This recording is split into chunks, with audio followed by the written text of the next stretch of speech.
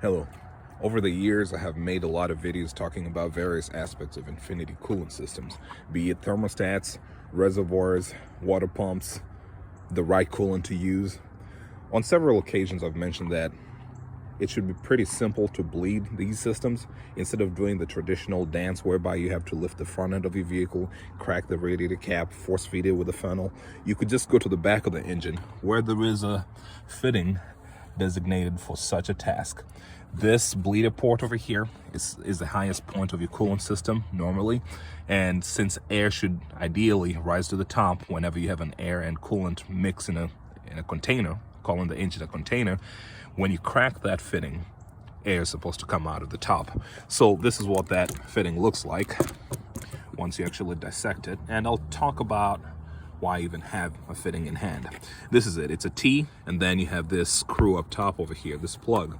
Usually I use a flathead just because it's pretty wide, but I would say the more intuitive thing to do would be to use a Phillips head like this one here.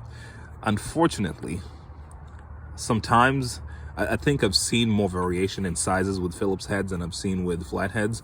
So a lot of times you end up getting a rather small or a borderline fitting Phillips head screwdriver.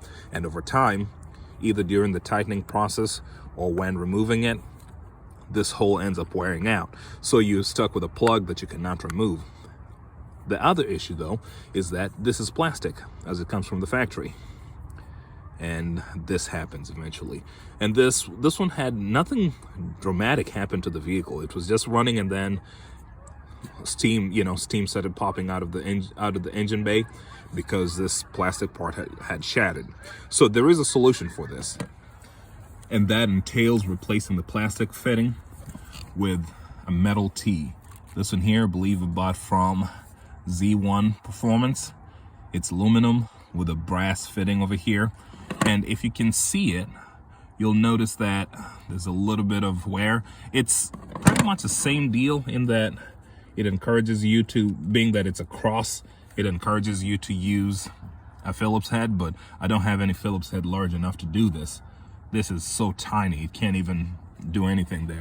So again, this is where it's favored to use a flathead. But again, my large flathead doesn't fit very well over here, so I have an even larger flathead, this one right here. But over time it ends up wearing, and sometimes I find myself struggling a little bit to use it, but it still works. You just have to get it in the right angle and right place. But I'd say this one, despite those few issues, I'd say it solves at least one major weakness of the original factory fitting, in that the plastic being brittle and just cracking all of a sudden. But the second part, I guess it's a little bit of an improvement, but still you have to have the right tools. Sometimes the tools, these parts that you buy to make life easier, need special tools to get done. So there is yet another step to all this. I bought this one here from ConceptZ Performance. It's metal as well. I like the black anodize, it kind of disappears back there. And then they call this a double hex.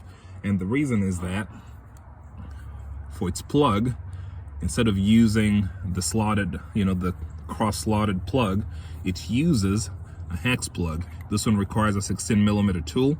This is a standard spark plug removal tool. So nice and easy, right? I like that. I really like that about it. And then it also has another insert in there. For that, you use a hex tool, hex key if you got one. The size is going to be 6mm metric is what I'm using. And once again, that works. So all in all, metal fittings I think the metal fittings are a pretty good upgrade. Costs about double the cost of this plastic fitting, whether you buy it from the factory or you buy it from Z1. Z1 also sells plastic, and I think ConceptZ also sells plastic one as well. If anyone's interested in it, I think actually I will go ahead and just post the links to both the ConceptZ Performance one as well as the Z1, and then you can go ahead and buy whichever one seems best for you.